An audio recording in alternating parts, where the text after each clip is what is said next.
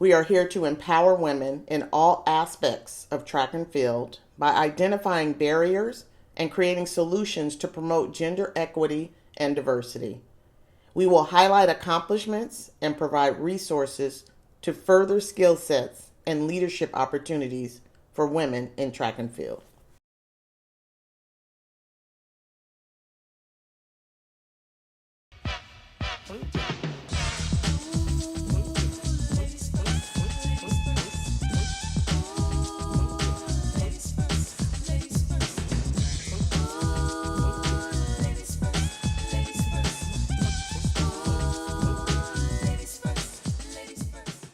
During the 50s and 60s, the United States was in the midst of change with the civil rights movement.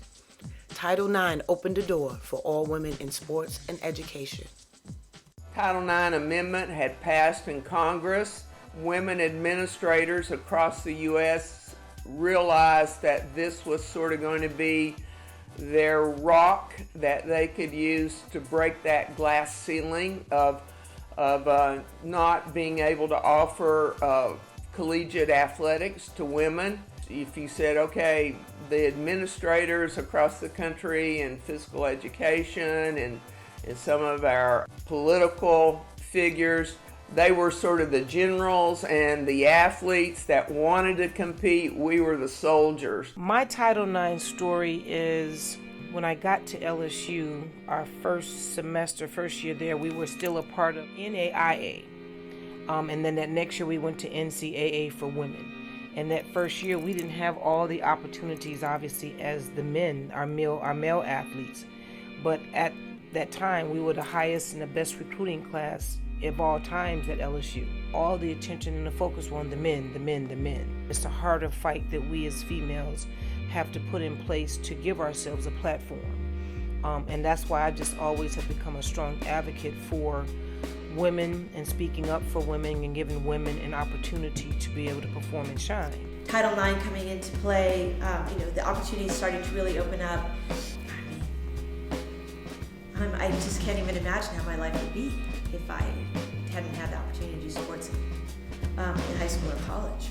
So going to Stanford at that time was really critical because they were a leader in Title IX. Like I said, they embraced it, not just the letter of the law, but the spirit of the law. And I was lucky to be there when I was. I consider myself a granddaughter more of Title IX. Legislation was passed in 1972, and by the time I was in high school, women's sports had changed tremendously. I had participated in gymnastics and soccer and track and field, and I had all of that because of what people like Terry Crawford, Nell Jackson, working alongside men such as Brooks Johnson, made it that I could not only go to college with my athletic gifts, but also make a career once college was over. It's amazing how athletics mirror the society itself. It's had pluses and you might call it minuses, but there's a bigger picture, there's a bigger concept. And that is that you have to make sacrifices in order to level the playing field. It's proliferated the whole landscape. There is no doubt that there's more opportunities and it's more diverse, and in a lot of respects, it's a lot more rewarding. As Title IX presented opportunities for women to participate in athletics, challenges of equality still persisted. My Title IX story I'd like to think of as an evolution. I was in college in the mid-'80s.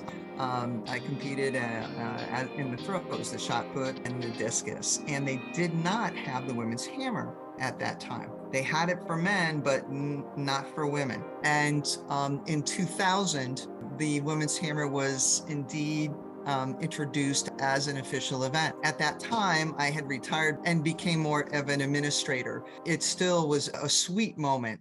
Brooks Johnson, a man that is known to stand out and stand up for what is right and fair for all. He is the Black Pilgrim of track and field on all levels for so many people. He's a Renaissance type guy that can put you in any situation and really teach you a lesson and can be harsh, but also you never forget it, and then you always appreciate the lesson you learned. You know, to this day, I consider Brooks Johnson one of the most valuable mentors in my career, and a true loyal supporter who also has always really been very straightforward and honest with me, and someone that I could always trust that his words were from his heart. He cares about the success of our sport, and he cares about supporting those in his sphere of influence, and I'm grateful for that. I'd say that he is behind the scenes and in front of the scenes stood up for women more than I don't want to say any other male, but pretty much any other male around, and that he had enough respect within the women's track and field community that that's what has happened. And so as the women continue to step up, that's part of one thing that we try to stress to the young ladies coming up and coaches and athletes is know your history.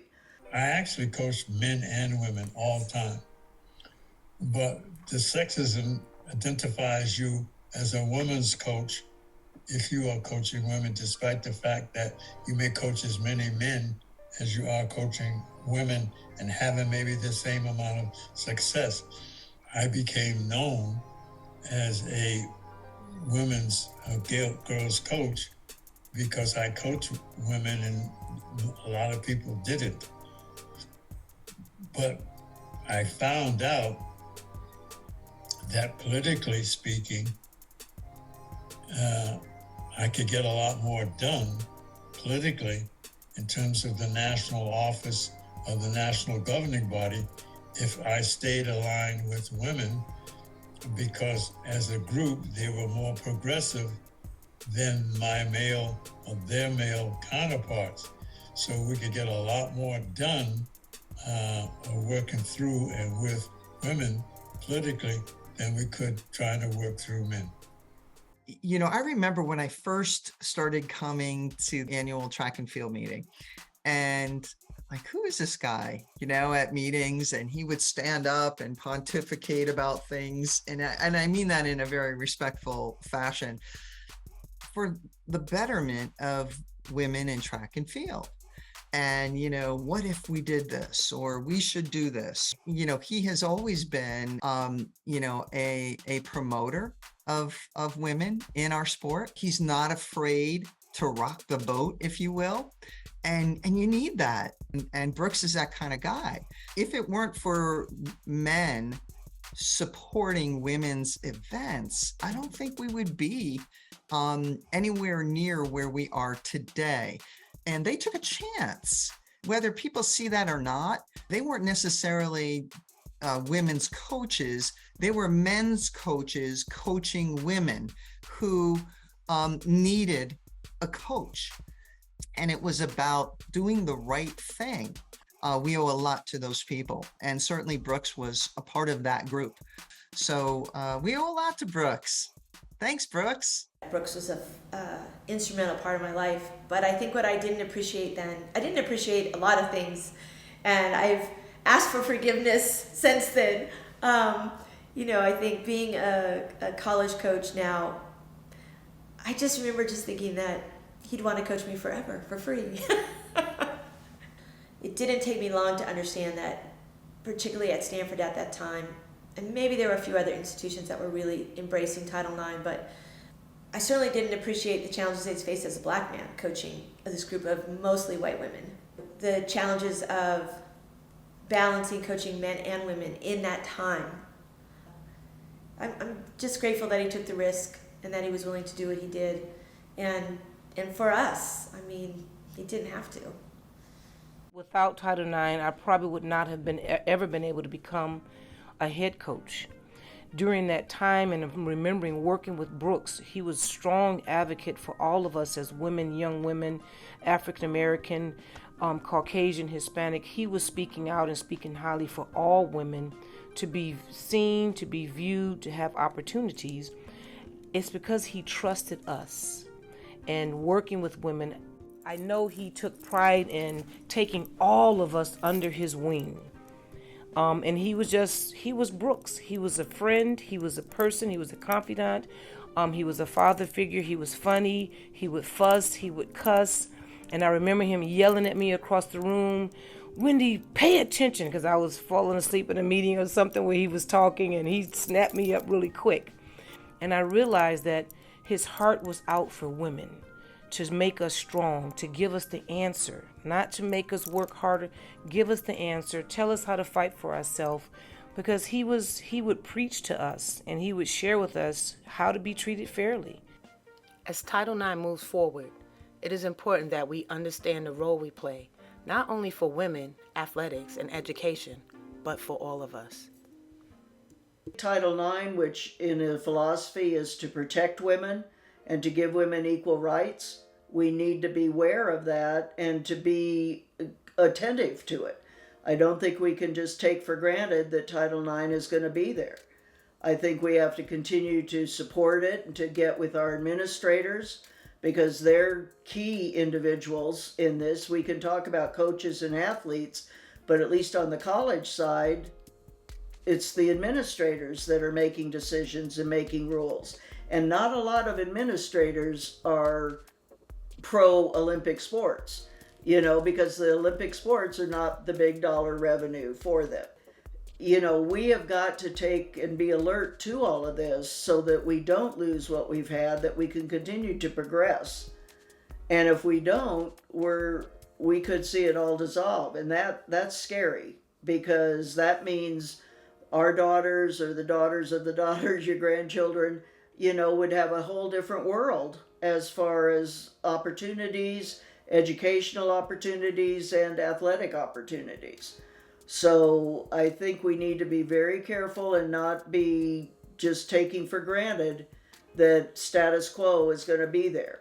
And if we don't keep being supportive of things, expressing our feelings, standing up for our rights, standing up for what we feel is correct, and making people accountable that are making the decisions, then we could lose it all. And that concerns me. Those of us in sport, whether we're sort of in the twilight of our careers or just beginning our careers in sport, if you're a young coach, if you're a young athlete, to know the story of Title IX, it's just as important as realizing the story and the leaders behind the battles that were fought and won to get women the right to vote. It was just as significant, just as important. So much credit to my life goes to the endorsement of Title IX.